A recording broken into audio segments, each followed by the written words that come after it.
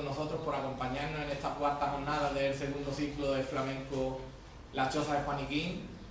En este día, antes de comenzar un poco a anunciar lo que van a ser las actividades de esta cuarta sesión, en primer lugar nos gustaría pedir disculpas en nombre del Ateneo por algo que, bueno, a todos nos ha pesado, ¿no? Que el maestro Manolo Sanlúcar no pueda estar con nosotros hoy día. Son causas, sobre todo, bueno, en las que no podemos mediar, ¿no? Como personas humanas. Entonces, pues, en primer lugar queríamos pedir disculpas de corazón en nombre de Manolo Sanlúcar y en nombre del Ateneo. En cuanto a lo que va a ser el día de hoy, no hace falta que presente a la persona que está aquí a mi lado, Antonio Manuel, que ya es una persona muy conocida en el pueblo del Cuervo y sobre todo, bueno, en Andalucía. Es una persona que siempre que acudimos a él, pues enteramente, de una manera totalmente desinteresada, acude a nuestra llamada, y en este caso le tenemos que dar doblemente las gracias porque nos salva la vida en este día. Él iba a presentar a Manolo Sanlúcar y le hemos dado la responsabilidad con muy pocos días, la verdad, para que se preparara su ponencia, y él, sin pensárselo, dijo que sí, que acudía y que llevaba las riendas de la responsabilidad, hombre, de lo que supone estar aquí delante de un público. Así que bueno, yo poco puedo decir de la persona de Antonio Manuel, ¿sí? Simplemente darle las gracias por acompañarnos en este ciclo, que para nosotros es muy importante. Es un ciclo en el que, como en todas las actividades del Ateneo, ponemos mucha ilusión, pero quizás esta actividad sea muy especial por lo que supone, ¿no? A nivel de lo que es el flamenco como arte tan universal como es, pero también porque queremos darle una vertiente didáctica, pedagógica, en el sentido de rescatar la figura de Juaniquín no solo como cantador flamenco, sino por lo que supuso en el mundo en el que vivió y el porqué de una persona con esas características. Entonces el ciclo siempre tiene esa doble vertiente, ¿no? La vertiente, digamos, más orientada hacia el flamenco como arte, y también la vertiente, en este caso, que intenta indagar un poco en el conocimiento del flamenco en sí y del mundo del flamenco, de todo lo que rodea al flamenco. Entonces, bueno, yo simplemente os quería presentar a Antonio Manuel, sobran las palabras, y sobre todo deciros que después de la conferencia que vamos a presenciar, inmediatamente pasaremos al teatro, previo paréntesis, lógicamente, para que compartamos, para que un poco discutamos, ¿no? las palabras que Antonio Manuel nos va a dirigir, y como decía, posteriormente pasaremos al teatro para disfrutar del concierto que nos va a ofrecer Ricardo Moreno. Así que yo no tengo nada que decir, simplemente que darle las gracias a Antonio Manuel de todo corazón, y bueno, esta es tu casa nuevamente, ¿no? Muchas gracias. Gracias.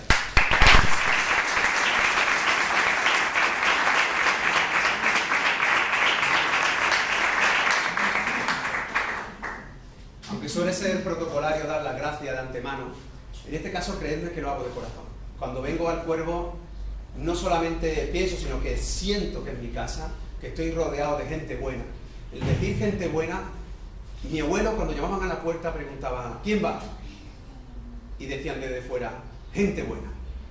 Yo creo que hace falta la reivindicación de la gente buena, y la gente buena sois vosotros y sois vosotras, que un día de verano podía estar en cualquier otro lugar y sin embargo habéis tomado la decisión, casi de heroísmo civil, de venir aquí a un reducto de libertad en el Cuervo. Es muy importante que tengáis en cuenta que la libertad, como el amor o como la memoria, se gasta de no usarla. Y este sitio es un reducto donde la libertad se ejerce, donde se conjuga la libertad como verbo, aunque la libertad no exista como tal, como verbo. Pero en los tiempos en los que corren, es necesario que sustantivos se conjuguen como verbo. Paz, que se conjugue como verbo. Libertad, que se conjugue como verbo. Y que lo conjuguemos los que estamos aquí presentes. Por eso el primer punto del orden del día es, sin lugar a duda, reivindicar la grandeza de un espacio como el del Ateneo del Cuervo, donde la libertad se escribe con mayúsculas. Y yo vengo a hablar precisamente de eso, de que el flamenco debería escribirse con mayúsculas. Flamenco, aunque lo vamos a ver después varias veces, yo os invito a que cuando salgamos de aquí, vayáis a vuestra casa y cogéis el diccionario y leáis qué dice la Real Academia que es flamenco. Y vaya a comprobar cómo el flamenco para los académicos de la lengua, proviene del holandés Vlaming. Es una palabra que proviene de Holanda. Lo primero que vamos a ver es un corto muy chiquito, un microcorto, una pieza en la que se desmonta todo eso y después continúa. Esta pieza la protagoniza un cantante de música independiente que se llama Jota. No sé si lo conocéis, es uno de los grupos más influyentes de la música independiente de España, Los Planetas. Es el cantante de Los Planetas. Cuando venía para el Cuervo en el coche, venía con mi mujer y mi hijo. Estaba escuchando el 90% del tiempo música pop en inglés. Hasta que hemos decidido colocar un grupo que me lo ha pedido mi hija, que se llama Las Migas, que es un grupo catalán pero que hace flamenco. Y es entonces cuando mis hijos se han puesto a hacer palmas. Cuando yo tenía su edad, mi padre escuchaba Fosforito y escuchaba El Camarón en el coche. Y yo, igual que mi hijo, le pedía que lo quitase. Porque yo creía que lo que estaba escuchando era antiguo, que no pertenecía a mi época, que no pertenecía a mi era. Ha pasado el tiempo y yo incluso formé un grupo de pop. Y cantaba en castellano. Y cuando digo castellano lo digo en sentido estricto. Es decir, no cantaba en andaluz, cantaba en castellano. Es decir, estaba asimilado. No me daba cuenta de lo que estaba haciendo. Lo estoy contando porque el protagonista de este corto que voy a ver ahora también cantaba en castellano. Y fue protagonista probablemente del grupo más importante de la década de los 90 y de los 2000 en España en la música independiente. Hasta que hace aproximadamente 5 o 6 años sacó un disco que se llama La Leyenda del Espacio, que era una revisión de La Leyenda del Tiempo de Camarón. Y empezó a hacer flamenco desde otro punto de vista. Quiero decir que una persona de mi edad, de aproximadamente 40, 50 años, en esa horquilla, que nació en la década de los 60, finales de los 60, principios de los 70, es decir, una persona como yo, que consumió la libertad que otros habían ganado, que creyó que Carlos Cano pertenecía al Mesozoico, que condenó a Triana como un grupo, como una música antigua, después de pasado el tiempo, hemos revelado que no hemos perdido parte del acervo cultural que nos nutre genéticamente. Y eso le ha ocurrido también a él. Él leyó un libro que yo escribí y me dedicó una canción que se llama La Nueva Reconquista de Granada. Esa canción fue reconocida como la mejor canción independiente del año pasado por la revista Rock Deluxe, que es la revista más importante de la música independiente de España. Y estoy convencido que todos los que la escucharon, en un 90% no se enteraron de nada de lo que estaba pasando. Lo más importante es que este señor canta en andaluz. Me gustaría empezar con este corto, por lo simbólico que tiene que personas andaluzas hayan llegado a lo flamenco pasado mucho tiempo, como una especie de revelación. Lo que vais a escuchar no es estrictamente flamenco, es una canción pop. Pero me gustaría que vieseis como entradilla y después continúo. ¿Os parece? Venga.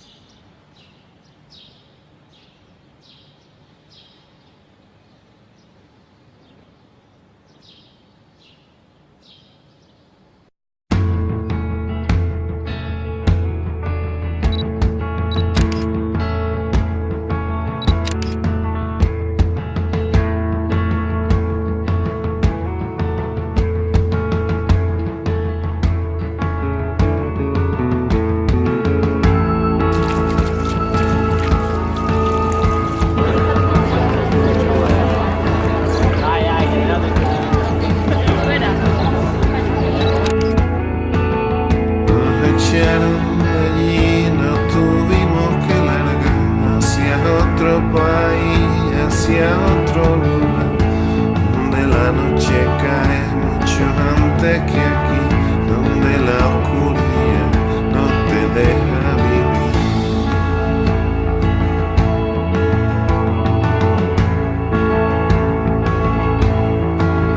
Nos dijeron que no nos podíamos quedar en la misma región y en la misma ciudad, pero un día vendrá que podamos volver y ese día llegará el nuevo amanecer. Y por la noche me meto en el sol y me acuerdo cuando estaba yo en Granada, que a gusto estaba yo en Granada. Y por la mañana me levanto de la cama pensando cuándo volveré a Granada, cuándo volveré a Granada.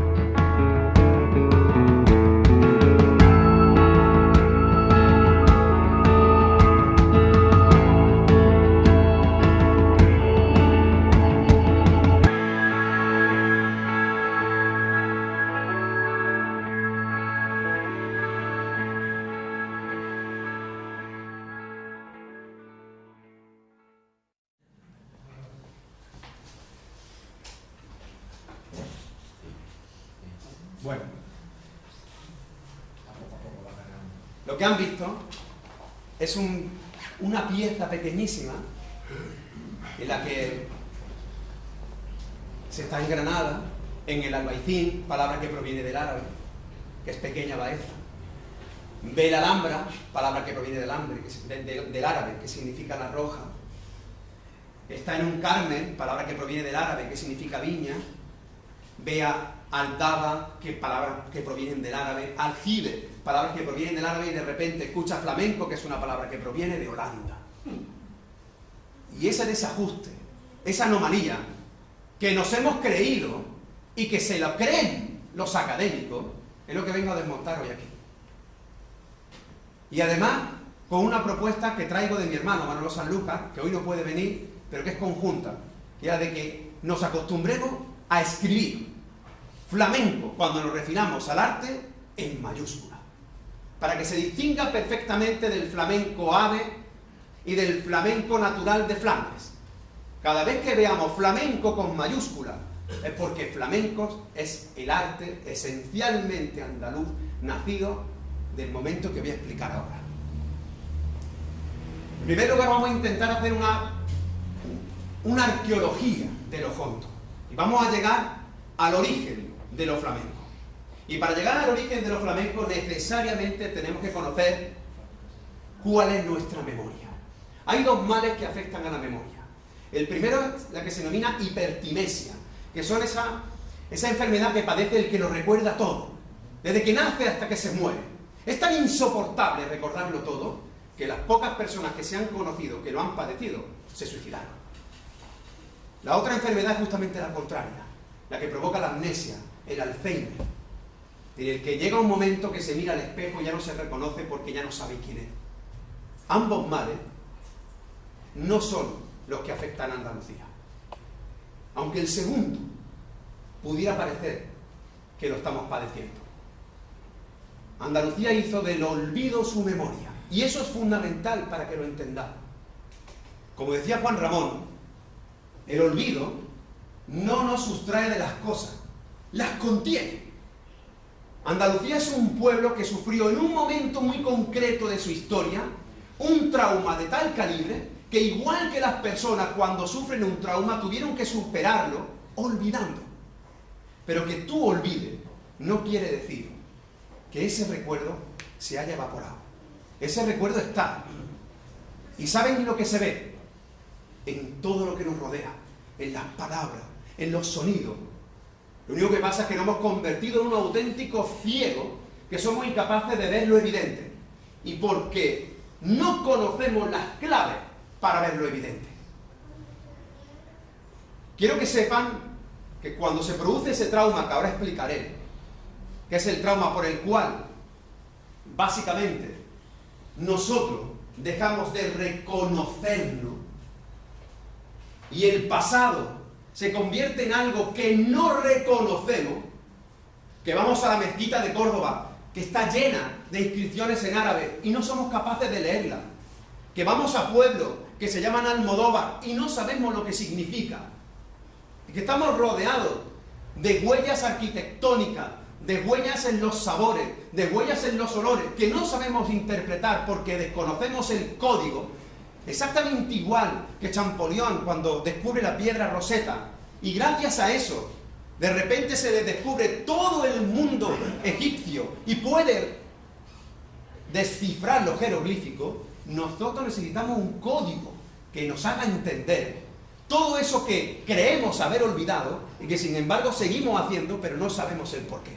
Ese código es el código flamenco. Y no crean que ese código flamenco está más oculto de lo que nos parece. Ese código flamenco es la clásica llave de oro, la que se ha concedido a los grandes cantadores, la que se dio Fosforito, la que se dio Camarón, la llave de oro. Yo no sé si ustedes saben que cuando se produce el momento clave en el que Andalucía deja de ser el centro del universo, el momento clave en el que Andalucía deja de ser el centro de la aguja del compás, donde todo lo demás es periférico, en ese momento, cuando Andalucía es condenada, quiero que lo entiendan,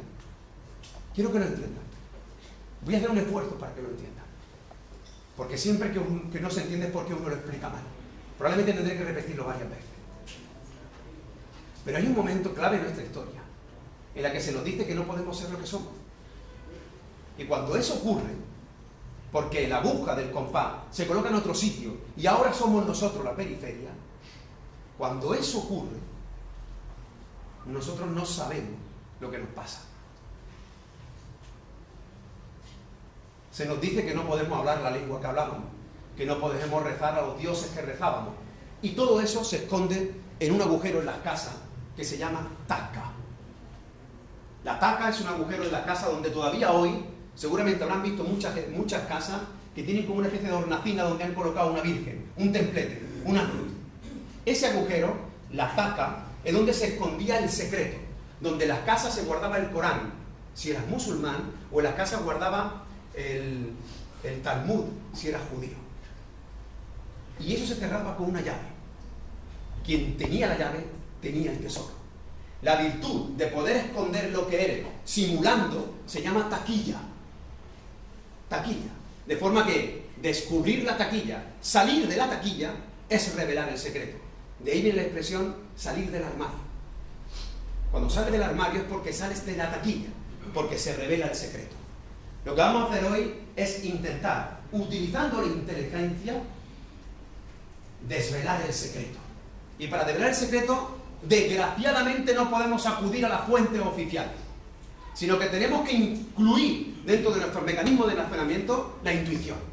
El otro día estaba estudiando con mi hijo un tema que se iba a hacer para el colegio. Le preguntaban en el siglo XXI, en 2014, en un colegio andaluz, la Edad Media. Y decía el manual: la Edad Media comienza con la caída del Imperio Romano y termina con el descubrimiento de América. Mira, Alberto, lo del descubrimiento de América no es verdad. No se descubrió, ahí ya estaban. Es una conquista, una colonización, vale, papá. Sí. Y dice, durante la Edad Media hay 3 estamentos: los nobles, el clero y el campesinado. Y al lado hay una foto con un castillo, con un caballero y un monje. Y entonces dijo a mi hijo, eso es verdad en Soria. Eso fue así en Soria, pero no fue verdad en Sevilla, en Córdoba, en Granada. En la Edad Media, además de esos nobles del norte, había califa, había reyes, y además del clero católico, había ulemas, y había rabinos, y además del campesinado, había intelectuales, había escritores, y había músicos. Tuvimos que pasar la página para ver la Edad Moderna. La Edad Moderna comienza, ponían el libro, desde el descubrimiento de América hasta la Revolución Francesa. Muy bien, no lo voy a cuestionar para no crearte más problemas. Dice, gracias a esa época, gracias a los descubrimientos, se empiezan a elaborar mapas, hay grandes inventos y se realizan palacios. Y le tengo que decir a mi hijo otra vez, ¿te acuerdas, Liberto, cuando fuiste conmigo a la Alhambra? Pues la Alhambra, dice este libro, que se construyó 500 años después. ¿Recuerdas cuando fuiste conmigo a los Reales Alcázares de Sevilla? Pues créeme que dice este libro que se construyó 500 años después. ¿Te acuerdas cuando fuiste conmigo al Museo Arqueológico y viste cómo había un invento de un señor Al-Gafaqui que decía que podías ver con gafas? Eso ocurrió 500 años después. Esos son los libros que se estudian en Andalucía. Si esos son los libros que estudian en Andalucía, ¿cómo todavía en el siglo XXI vamos a intentar explicar con fundamentos oficiales lo que voy a intentar decir a partir de ahora? Tenemos que recurrir necesariamente al instinto, a la intuición. El punto de inflexión en la historia de Andalucía, sin lugar a dudas, es el momento en el que se conquista Granada y a partir de entonces se decide políticamente la destrucción del diferente. Hay un momento en el que se dice que a partir de ahí no se puede ser diferente en la península. No se puede hablar otro idioma que no sea el castellano, ni se puede rezar a otro Dios que no sea el católico. Eso provoca un fenómeno de conversión, primero, de los judíos sefardíes en marranos y de los musulmanes andalusíes en moriscos. Y esto es muy importante. Tiene que quedar claro, aunque lo repita 1000 veces, que un morisco es un converso. Un morisco es un andalusí, un ciudadano de aquí, no un marroquí, no un argelino, no un libanés, no, uno del Cuervo, o de Cádiz, o de Córdoba, que rezaba a Allah y que, por decisión política, tiene que convertirse. Todavía hoy en muchos pueblos se dice que el que no está bautizado está morito. Y si no está bautizado es porque está morito, es porque la población mayoritariamente era musulmana. Es en ese momento cuando se produce uno de los hechos históricos más importantes, más obviados y más ocultados de la historia. Y es cambiar el enfoque de la cámara del Mediterráneo, que es nuestra cultura, a el europecentrismo. Este hecho es clave, porque desde entonces todos los libros de texto se han explicado como si el centro del universo estuviera en Berlín. Y nosotros éramos hermanos de los tangerinos y de los libaneses, y de los de Egipto, y los italianos, y los griegos. Es decir, la cultura mediterránea, que era la madre de la cultura europea, y que fue la que después se exporta a América, no estaba en Ucrania, no estaba en Londres, estaba en el Mediterráneo. Ese punto de inflexión, sin embargo, fracasa. Y fracasa porque aunque se intenta exterminar la diferencia, lo que se produce en Andalucía es justamente lo contrario. El nacimiento de una cultura única, singular en el planeta, que nace como resistencia a ese intento de que yo sea igual al otro. Y esa cultura es la cultura de lo flamenco. Pero para que lleguemos a qué significa lo flamenco, antes tenemos que evaluar qué hablaba un andaluz cuando surge lo flamenco. ¿Qué hablaba? ¿Qué hablaba un andaluz? Tenemos que partir de que Andalucía, a diferencia de otros puntos del continente, ya tenía una cultura plenamente asentada aproximadamente 3000 años antes de Cristo. Eso significa que antes de la Bética, es decir, antes de Roma, Andalucía ya tenía un acervo cultural importante en palabras y en sonido. Porque yo quiero que sepáis que podrán destruir a las personas, matarlas, quemarlas, como hizo la Inquisición. Podrán convertir los minaretes en campanarios. Todavía, creo que va mañana, ¿o no? Inés Bacán va a venir aquí al Cuervo, pedirle que cante una soleá que dice: qué bonito ir por Triana y ver la Torre del Oro sin campana. Es decir, no convirtieron en campanario la Torre del Oro, pero sí todo el barrio de Santa Cruz.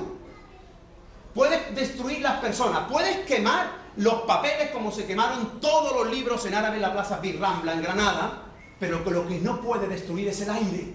La música del aire no. Ni el habla, ni el habla, ni la música. Entonces vamos a buscar la memoria en el habla. Córdoba, Gar Anat, Carmona, Cárgula, Cartaya. Todo eso, ¿no habéis fijado que tiene un sonido previo común? Que es cor, car, gar. Eso significa ciudad y es un sonido previo a la bética. Hay desinencias como hubo, uva, que significan agua. Córdoba es la ciudad del agua. Todos esos sonidos son anteriores a la bética. De todos esos, quizá el más hermoso sea índalo. Índalo, que tiene exactamente las mismas consonantes y en la misma posición que andaluz. Es decir, que se ha mantenido la memoria hasta hoy.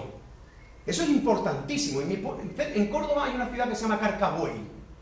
Carcabuey era Hipocalcabula antes de la conquista bética. Después fue Carcabula. Con Al-Ándalus fue Carcabul. Y con la conquista castellana fue Carcabuey. ¿No habéis fijado que los sonidos son los mismos? Hispal de Sevilla, Espal, Hispalis, siendo bética romana, Isbililla, Isbililla, siendo andalusí, Sevilla. Es decir, quiero que veáis que hay una continuidad sonora. Pues bien, durante la Bética y Bizancio, que son las épocas de preesplendor antes del Al-Ándalus, porque Andalucía no quiere ser goda, esto es importantísimo. Los godos del norte conquistan Andalucía y Andalucía los repele, porque no quiere tener una cultura menor a la que él tiene, a la que tenemos. Pues bien, mantenemos el arrastre sonoro, mantenemos nuestros sonidos. ¿Y qué pasa en Al-Ándalus? Pues en Al-Ándalus los ciudadanos de la Bética tuvimos que aprender árabe, pero lo aprendimos con las palabras y con los sonidos que ya traíamos. Eso es fundamental. Por eso Córdoba fue Cúrtuba, pero porque ya era Córdoba. Y de la misma manera que hemos mantenido palabras, hemos mantenido sonidos. Por eso el árabe que se hablaba en Al-Ándalus era la algarabía, que es el árabe de Occidente, el árabe de Algarb.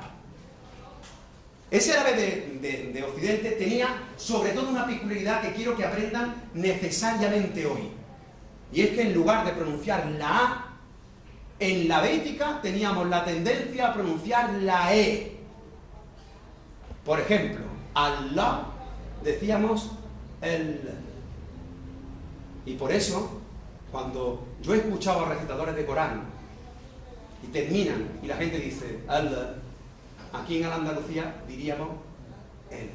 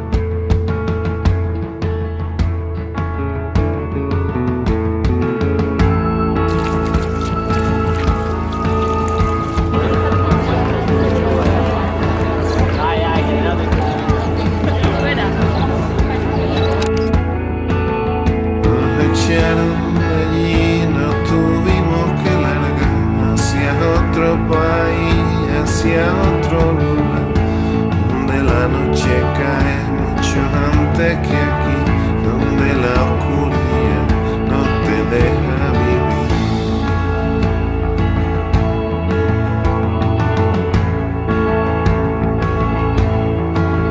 Nos dijeron que no nos podíamos quedar en la misma región y en la misma ciudad, pero un día vendrá que podamos volver y ese día llegará el nuevo amanecer. Y por la noche me meto en el sobre y me acuerdo cuando estaba yo en ganar, que a gusto estaba yo en ganar. Y por la mañana me levanto de la cama pensando cuándo volveré a ganar, cuándo volveré a ganar.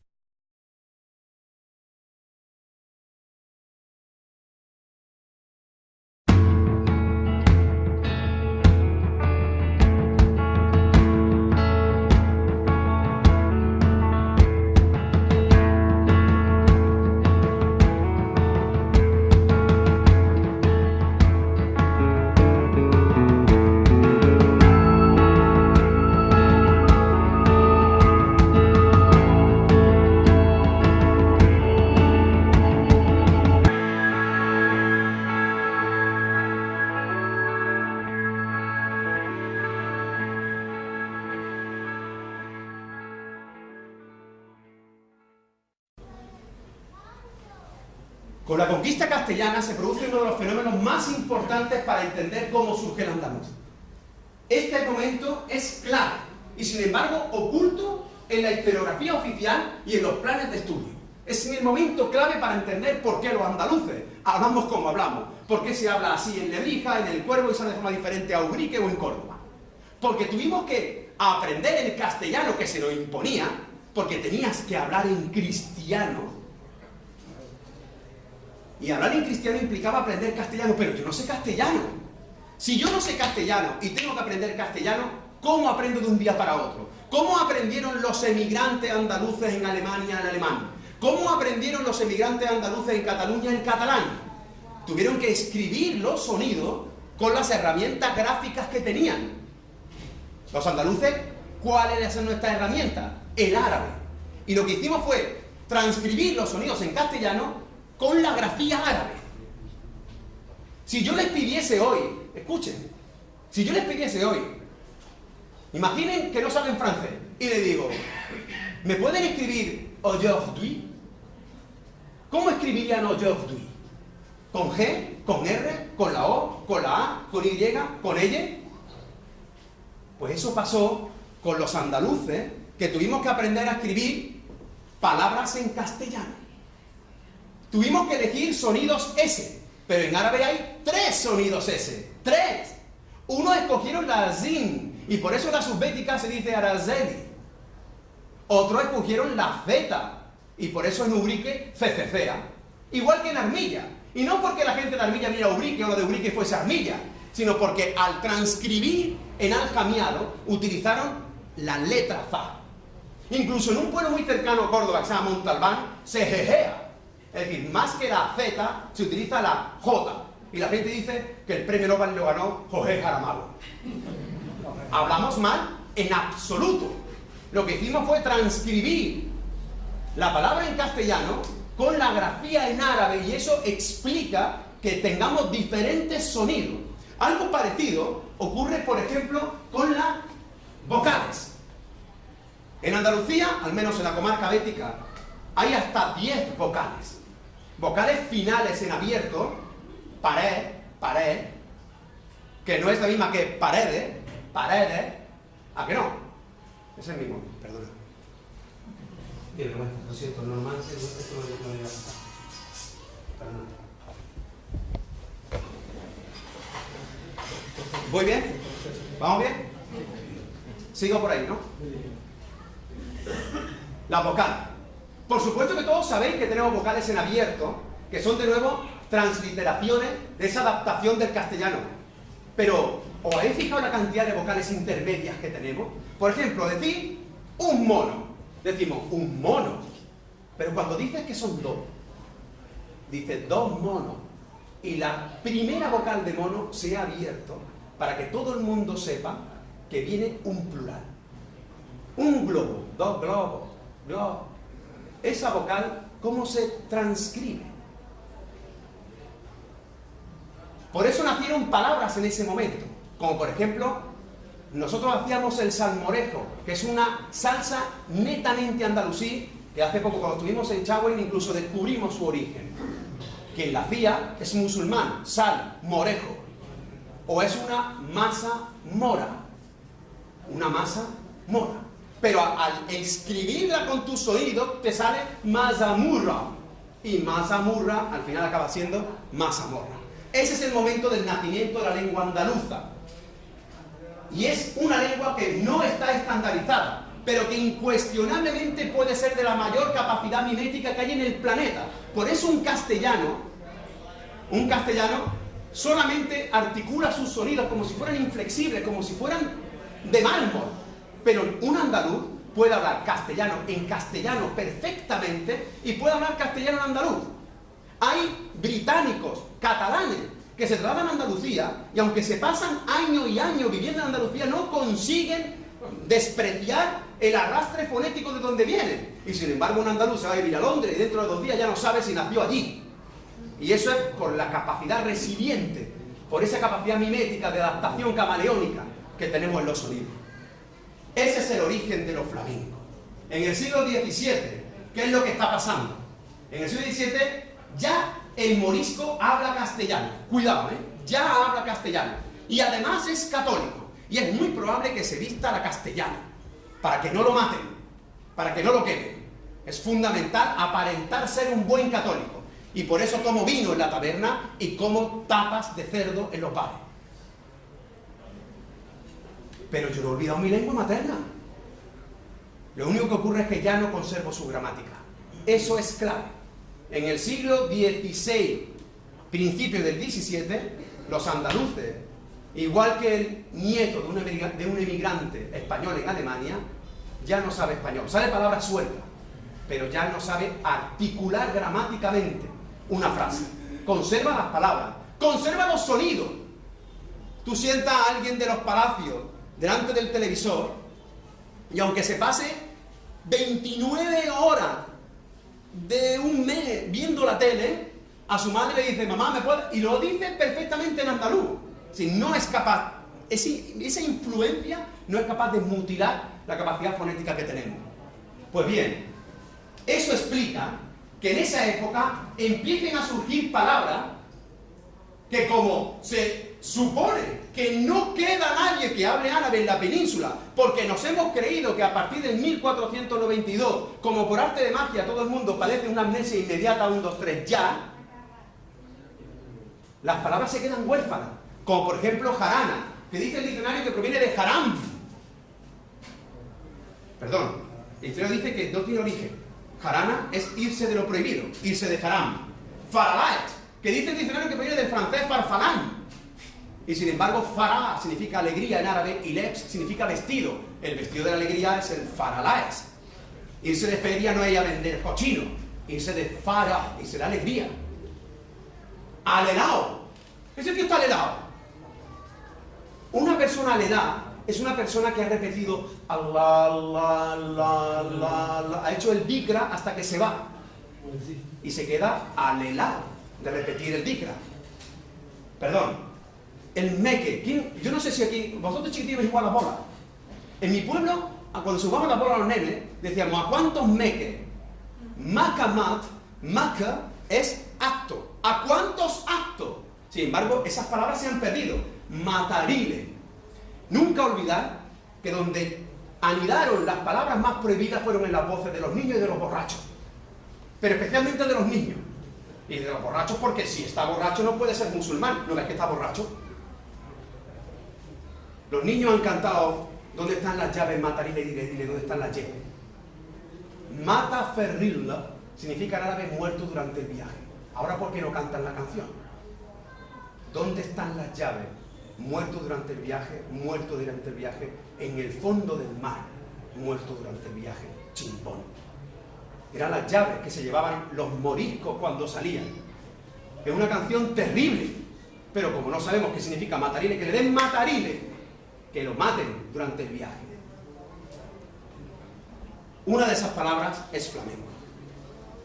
Flamenco lo vamos a escribir en minúscula cuando sea natural de Flandes, que en rigor no es flamenco, es flamano. Y si no, pregunten a alguien que sepa flamenco. El natural de Flandes es un flamano. Y el ave es un flamenco porque proviene del latín, que es flama, llama, porque tiene el color de la llama, porque es flamígera. Pero lo vamos a escribir en mayúscula cuando nos refiramos al arte. Y las palabras que forman la palabra flamenco son dos, Fela y Menkub. Fala significa campesino, quien cultiva su tierra. Menkub es el que ha sufrido no una expropiación material, no el que le han quitado lo que tiene. Al que le quitan lo que tiene es un mindún, de ahí la palabra mindundi. Al que le quiten lo que tiene y lo que es, al que le prohíben ser lo que es, rezar a quien rezaba, hablar en su lengua, amar a quien amaba, es un menkop, un marginado, un expulsado. Literalmente menkop significa dos cosas en árabe: echado y afligido. Fijaros qué fuerte. Da por supuesto que el marginado, el echado, es el que siente pena. Y ahora díganme si no tiene coherencia que en lugar de que el flamenco provenga del holandés flaming, porque le dice George Barrow que en el siglo XIX, cuando veían los románticos, que fueron los que descubrieron el flamenco, increíble, por arte de magia, en el siglo XIX el flamenco, ¡pah!, por generación espontánea. Decía que era un flamenco porque se le ponía la cara roja como los de Flandes. Y eso es mucho más coherente que decir que proviene de flamenco, siendo menkop el grado de expropiación más profunda. El flamenco inicialmente no era el arte, era la persona, el que se vestía de flamenco, el que se vestía de flamenca, el que echaron de su casa, el que se quedó sin nada, pero no se fue, se quedó aquí en la península, se quedó en Andalucía. La mayoría de los moriscos no se fueron, sois vosotros, sois vosotras. Hay 1000 huellas que podríamos demostrar, pero lo más importante es que cuando cantan, están rezando. Y cuando cantan empiezan diciendo ay, ay, ay, ay, porque se están doliendo de la pérdida. Y el quejío, el dolor, el ay, incluso las vertientes sonoras se llaman palo. Las huellas de los flamencos se encuentran en un enorme mestizaje sonoro que no había ocurrido. Hay secuencias mediterráneas, sefardíes, por ejemplo, en la petenera, en la música mozárabe, y sobre todo en la música andalusí y en la recitación coránica. Quiero que sepan que hay hasta 26 palos y 5 ritmos fundamentales. Y cada uno de los 5, que son los que se denominan mizán, tienen una evolución del lento al rápido, como la mayoría de los palos flamencos, que terminan aligerando, aligerando, aligerando, con una fase intermedia que es el alcántara, que es el puente. Pero lo más importante, por lo que yo he venido ahí aquí, es para explicar el mestizaje fonético. Por supuesto que está invadido de palabras gitanas, porque el morisco errante se integra con los que también eran perseguidos, no por rezar a un dios diferente. Esto es muy fuerte, sino por puro racismo de estado de piel. Al gitano se le persigue porque es distinto por fuera. y al morisco se le persigue porque es distinto por dentro. Pero fíjense qué locura. Al morisco se le obliga a bautizarse y al gitano se le prohíbe entrar en la iglesia. Y todavía hoy los gitanos piden en la puerta. Estamos en el siglo XXI y los gitanos no entran, están en la puerta de la iglesia pidiendo. Pues claro que la mezcla impresionante del acervo cultural gitano, más todo el arrastre sonoro, fonético andaluz, más el morisco, nace el flamenco. Por ejemplo, Anaranainá significa amén en calor. Y ahora canten Naranainá, Naranainá, están diciendo amén, amén, amén. Uno de los palos más importantes de la misma raíz que la toná, que la caña, que el polo, es la debla. Y la debla es una palabra en caló que significa diosa. Pero en árabe morisco donde más hay. Empezando por el mismo nombre de Dios. Olé es Allah, que con Imela es L. Agua. Agua significa más alto, más fuerte. Cuando están en una juerga flamenca la gente dice agua, agua, para que toquen todavía más fuerte. Es que literalmente en árabe eso es más alto. Salam aleikum, a la paz de Dios, hermano, que es como se han saludado toda la vida los flamencos. Los flamencos se saludan diciendo a la paz de Dios, hermano. Salam aleikum. La sajada. La sajada es la autoproclamación de alguien como musulmán. Es no hay Dios sino Dios. La ilaha illallah. ¿Por qué no lo dicen con la E? Díganlo con Imela. Le, le. Ay, ay, ay, le. Arsa. Arsa viene de arsa, que significa alimento, sustento, dame vida. No quiero aburrir. Una de las palabras más importantes que más se repiten es fatiga. Fatiga, fatiga, fatiga. ¿Cuántos palos flamencos no aparece la palabra fatiga? Fatiga es la fatija, que es el primer versículo del Corán. El Bismillah Rahman Rahim. El fatiga es la frase que más repite un musulmán, la que más hubiera repetido cualquier andaluz de la época. Y lo hace con lo que se denomina un duja, que es hacer así o así, pidiendo. Y ahora miren, o señalando la unidad. ¿A cuántos flamencos lo habéis visto hacer así? O hacer así. Exactamente eso. Limón. ¿Por qué se repite tanto la palabra limón en el flamenco? ¿Por qué? Porque alimun, de la que se deriva la palabra en castellano alimón, hacer algo al limón, es hacer algo junto. Imítame, haz como yo. Y ahora, piensen en cantidad de letras flamencas, como por ejemplo que cantaba Camarón, fatiga las mías, limones de noche y limones de día. Que eres un fatiga, que eres muy repetido, que te repites mucho. El faruk. Faruk es el origen de la palabra farruca, de la farruca. El faruk es el valiente, el que distingue la verdad de la mentira. La farruca. Quiero que vean esta farruca. Dice, y allá arriba el limón y abajo la oliva, limonada de mi vida, limonada de mi amor, te la canta quiero que la Chano Lobato. Y allá arriba y arriba y allá arriba los dos y después pasar fatiga y con el tran. ¿Esto qué significa? ¿Alguien se ha parado a pensar qué significa arriba el limón y abajo la oliva? Salvo que allá sea Allah, arriba sea Arraba, es decir, el Dios de los árabes. El limón sea Alimun, repite conmigo, Allah Akbar, Dios es grande. Es decir, son canciones crípticas, frases que están encriptadas en otras. La seguirilla. ¿Cómo va a venir seguirilla de seguirilla? Seguirilla de la Mancha. Seguirilla que es una composición poética en la que no encaja ni la rima ni la métrica. En árabe, sikirilla significa borrachera. Literal, sikriya es una borrachera. En la evolución natural del flamenco, de la toná viene la sikirilla. La sikriya.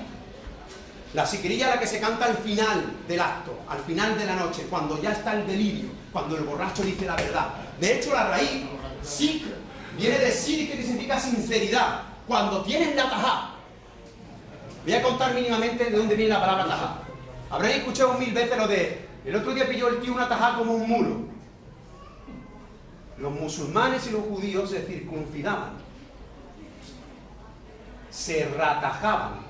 La ceremonia de la tajá se celebraba en Andalucía emborrachándose para que nadie pudiera ser acusado de ser musulmán o de ser judío. Mientras más borracho, más grande era la tajá, más grande era la fiesta. Los ratajadores eran los afiladores, que todavía son una profesión errante increíblemente en el siglo XXI en Andalucía. Pillar una tajá como un mulo es porque el mulo la tiene muy grande, ¿verdad? Toda la siquirilla termina con la cabal. Y la cabal es otra palabra críptica, la de Allahu Akbar, Allah Cabal. Como por ejemplo la hermosísima de Lorca, tierra de luz, cielo de tierra.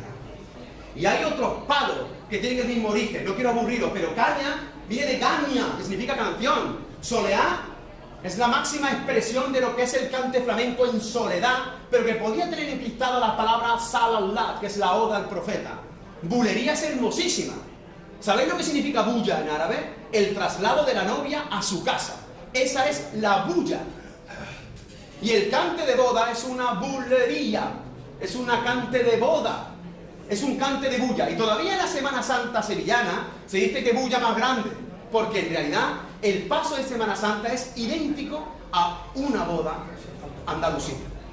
La novia es la Virgen que se monta en un templete, detrás está la orquesta, desde arriba le tiran pétalos de flores y le dicen Yamila, Yamila, guapa, guapa. Exactamente igual. Y le cantan desde los balcones Suelta, que significa canción. La arboreá es una de las palabras más hermosas, de origen mítico, probablemente no del árabe. Porque arboreá, que es el canto casi reservado a los gitanos, y más aún en la boda gitana, la arboreá tiene la misma raíz etimológica que arbonaida. Y de hecho, en el Ateneo, que se llama arbonaida, todas las arboreás dicen: arrojé sobre un verde prado un pañuelo. ¿Y eso qué es? ¿Qué es? ¿Qué se forma cuando arrojas un pañuelo blanco sobre un verde prado? Los verdiales. De nuevo el Allah Akbar, el verde Allah. Verdial, que es un cante milenario, ancestral. Que cuando tú tomas una panda de verdiales y ves una orquesta andalusí pura, prácticamente hermana, los cantes de elegante, los fandangos, podría seguir enumerando uno a uno, palo a palo. La conclusión a la que yo quiero llegar con ustedes es: lo que no tiene ningún sentido es seguir creyéndolo, que el flamenco se revela en Andalucía en el siglo XIX y se crea porque románticos extranjeros dicen que lo hemos creado. Hay una fase hermética, que es la que contaba Ricardo Molina, que se mantuvo en Andalucía durante 2 siglos porque te quemaban. ¡Te quemaban! Todavía hay muchos pueblos andaluces, se cortan las uñas detrás de la puerta y la tiene que hacer alguien que cante bien al recién nacido. Ese gesto de ocultación, de limpieza con el cante, es porque en efecto estaba prohibido ser y parecer musulmán, ser o parecer judío, ser o parecer andalusí, morisco. Y esa castellanización es la que hemos sufrido y la que seguimos padeciendo. Sin embargo, no lo hemos olvidado. Lo que hemos olvidado es el porqué. Y lo que tenemos que restaurar es el porqué. Y el problema más serio es que hoy, precisamente hoy, en el siglo XXI, es cuando el porqué está peor que nunca. Porque ahora yo puedo saber el origen etimológico de lo flamenco y del flamenco. Lo puedo exponer a vosotros. Pero mis hijos no van a escuchar flamenco, no lo escuchan. ¿Eso es un problema? Pues yo quiero deciros que no. ¿Y saben por qué? Porque yo tampoco lo hacía con mi padre. Y sin embargo, al final, he acabado hablando con ustedes de cuál es el origen indubitado de flamenco. Y rogaros que al menos a partir de hoy y para siempre, cuando acudan al diccionario, los cierren enfadados y corrijan sobre flamenco y le pongan una mayúscula. Y que digan que flamenco proviene del árabe morisco, fela, mencú, campesino, despojado, marginado, andaluz, en definitiva. Muchas gracias.